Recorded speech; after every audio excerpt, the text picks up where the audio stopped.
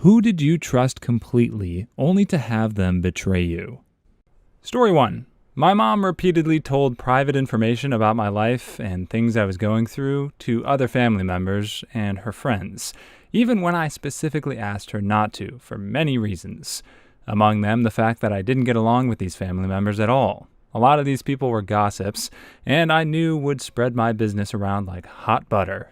And the fact that it was none of their business to know anything about me to begin with.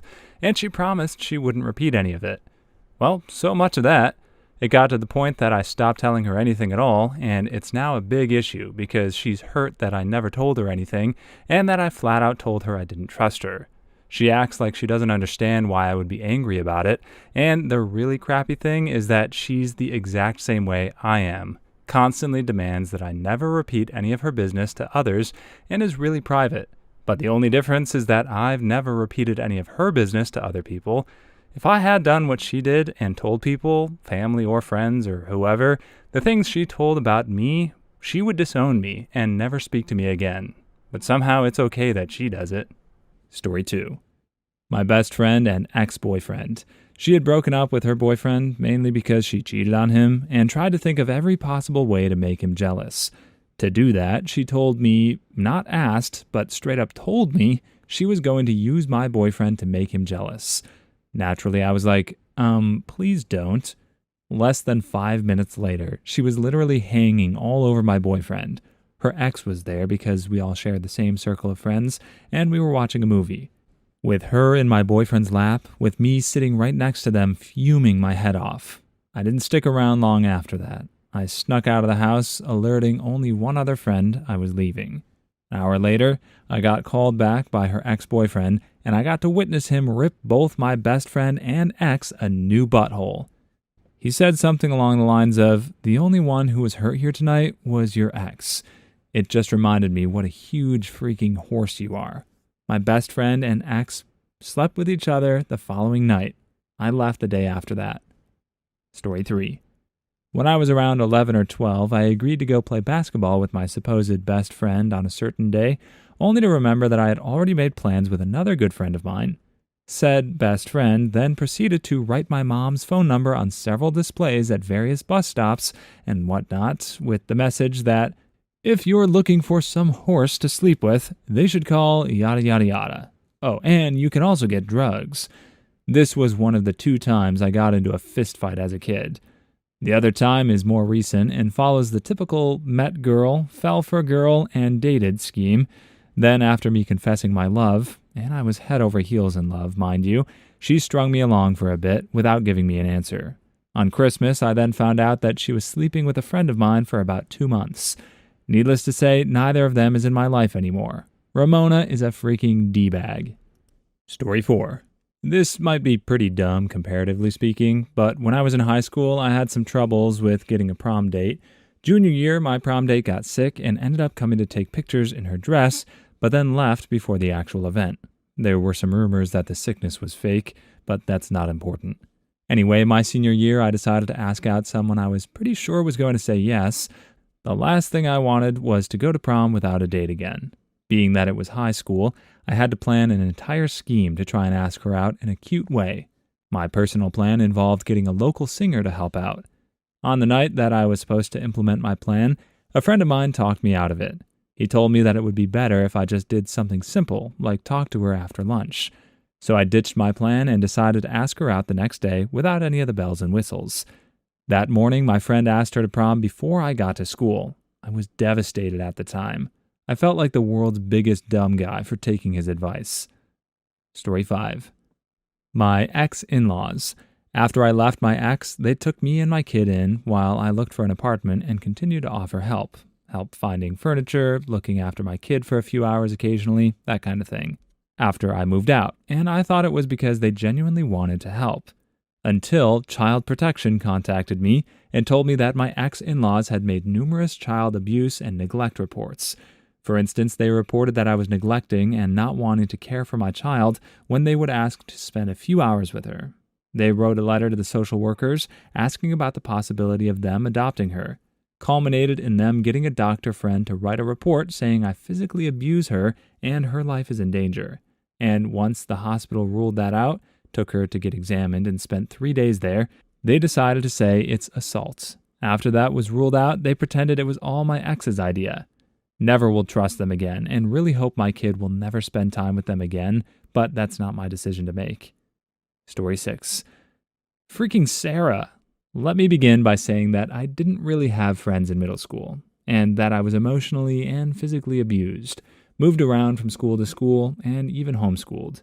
I had some problems adjusting.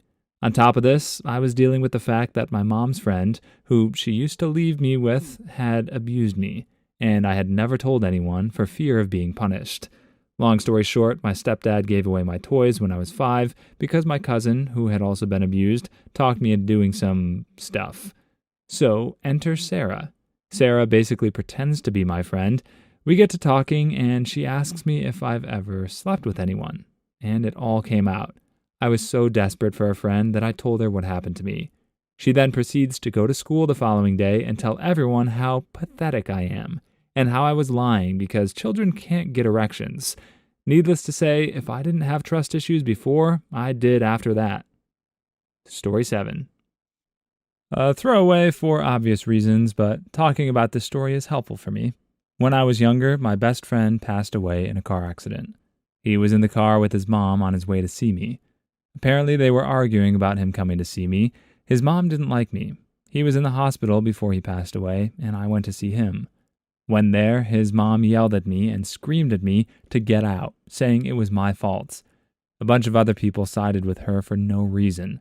But I was 13, and now I had just ended my best friend's life. I was stupid. Having other people I thought were my friends think this was my fault, I ended up becoming friends with another guy. Let's call him A. A was a great friend for around 3 months. Then one night I was at the bus stop, and so was he. No one else was there. He assaulted me, and while he was doing it, got at me emotionally too. He started telling me how it was my fault my friend was passed away, disrespecting him, and he knew how much he meant to me. Telling me his mom was right, and I was a slit, and that my best friend didn't give a care about me, and it went on and on. By the end, I didn't even care that he had assaulted me. I was just destroyed from how he used everything I had told him in confidence against me. Story 8. My best friend. She was my first true friend, and we did everything together. I basically lived at her house. Her spare wardrobe was full of my clothes. I trusted her to find and sign for my apartment for me when I was away. Her and I come from 2 very different socioeconomic groups, but I'd never thought it a problem, and it never was one. Then she came to visit my family and saw the life that they led, and suddenly it all changed. I went away for a few weeks, and when I got back, she refused to speak to me, and then suddenly the most horrific rumors were being spread about me. The problem is she comes across as the most beautiful person, loves animals, is vegan, all nature love stuff, so everyone believed her. I also decided to be a better person and try to say nothing, which made people believe her even more. I have to see her every day. This went for months and got worse when finally in July I had a full nervous breakdown. I've been slowly recovering since, and I think I'm mostly over her. I can stand to be in the same room as her without my heart breaking, but I think it will take a very long time for me to trust again. Sorry about the long rant. Story 9. My mother. Growing up, I was always kind of a mommy's boy. Idolized, and she trusted her more than anything. As I got older, I opened up to her about a few things that were very important to me in confidence, and she blabbed and made things a million times worse. Firstly, I told her I was gay when I was about 13, but begged her not to tell anyone. She reacted pretty badly, convinced I was going to be killed by homophobes or catch AIDS or become a pedophile. As a result, she told my dad, my brother, and other family members the next day while I was out. A couple of years later, I told her I was having issues with seppuku thoughts and depression. She freaked out, made it about her, asked how I could do this to her, told all my family, called my school because she assumed I was being bullied and other stuff. I think now she's older, she realizes a lot of the mistakes she made and is trying hard to be a better mom, now that I've moved out and see each other every week or so. But still, she complains that I don't ever tell her things anymore, and I'm baffled that she's shocked by this. My experiences with her have made me very secretive and guarded about my feelings and problems with everyone, apart from strangers on the internet, it seems. Story 10.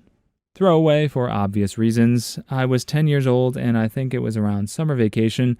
I was peeling shrimp and watching TV. My parents were downstairs and told me to watch TV upstairs in my grandma's room. My grandpa was visiting us because he originally lives in Korea. Anyway, I'm peeling shrimp, and my grandpa walks in, and something was very off about him. He was talking, and his movements were completely different from how he usually was. So he walks towards me and starts to touch me in areas that made me feel very uncomfortable, my chest mainly. He did some more things that make me absolutely sick typing it out right now. I don't really want to go into detail because I just don't feel comfortable even typing it out, but what you're probably thinking is correct. My grandpa was really important to me, and I spent a lot of time with him when I was younger, but after he did that to me, I was confused. I lost trust in everybody. I questioned whoever I was close to. It took me a couple years to finally tell my mom, and she cut contact off with her father. I've actually never told anybody this, other than my mom and sister. My grandma found out through my mother, though, and she refuses to believe it happened, which I don't blame her for. Story 11. My best friend was supposed to be my maid of honor and also make my cake because she's a baker by profession. She lived an hour away, so we didn't see each other much leading up to the wedding. She couldn't make time to find a dress, so my other bridesmaid chose the dress for everyone else. I let her know which dress it was so she could pick it up. I didn't get any bridal shower or bachelorette party or anything like that, and I did everything on my own. 2 of my bridesmaids dropped out of the wedding a month prior, and then the night before my wedding, I was trying to get a hold of her because I hadn't heard from her. She told me the night before my wedding that she couldn't make it because she had some things in her life she thought would be sorted out by then, but they hadn't been yet. So I had to find someone to make me a cake 24 hours before the wedding, and I was left with only 1 bridesmaid. The next week, I saw pictures on her Facebook from my wedding day. She went to a Pirates game instead. I haven't spoken to her since. Story 12. You know your best friend, your sister from another mother that you will laugh with, tell her all of your hopes and dreams and fears, who you're there for when anything comes crashing down in her world?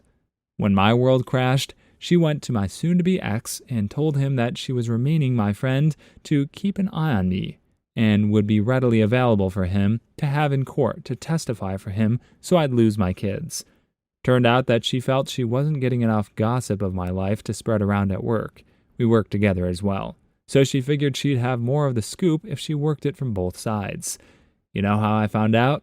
My soon-to-be ex. He was just as disgusted with her as I was. Haven't spoken to her in 15 years, although I do still hear about her from time to time. Very sad life. Story 13. This might sound like nothing compared to the other posts. I've always been the one in group projects to lead and put everything together, mostly because I don't trust anyone to do it. So in university, I let someone else do it. He was my friend. He totally dropped the course 4 days before the due date, threw out all the material, and left the rest of us high and dry. I was really ticked off, as I needed this grade, and the professor didn't like excuses for extensions. My friend cheated on his girlfriend on more than one occasion, which I kept secret until this moment.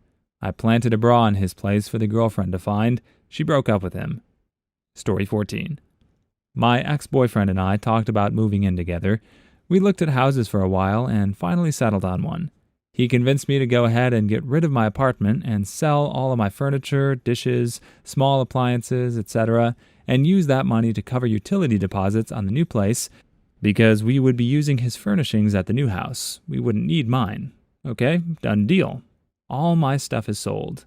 Moving day comes and he texts me that morning to tell me he never loved me or my son, and he doesn't want to see either of us anymore. Not only was I heartbroken, but I now had 1 day to find my son and I a place to live and then go out and buy all new furnishings and necessities with no money because I used all of it on deposits for his new house. Still have trust issues over that one. Story 15. My best friend back in my early 20s. I had just had my first love break my heart and was in a bad place. My friend and I went out bar hopping and partying to meet some new women and drink my sorrows away. Fast forward to the end of the night, and he hands me his digital camera, this was back in 2001, to look through some funny pics we took that night. I scrolled one pic too far and found pics of my ex-girlfriend sucking his dong.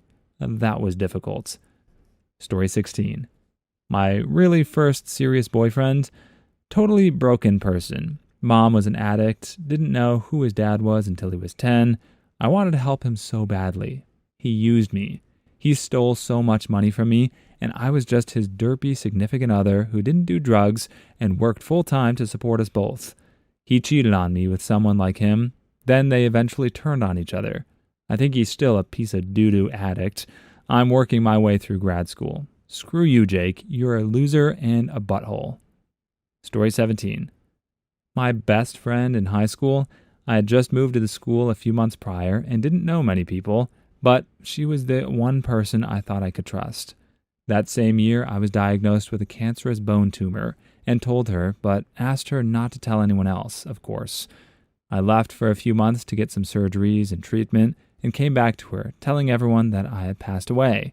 Apparently, she had told everyone I had cancer soon after I told her about the tumor. Story 18. My cousin. Living in a war zone, my cousin was in charge of my protection. I wouldn't go anywhere without my cousin.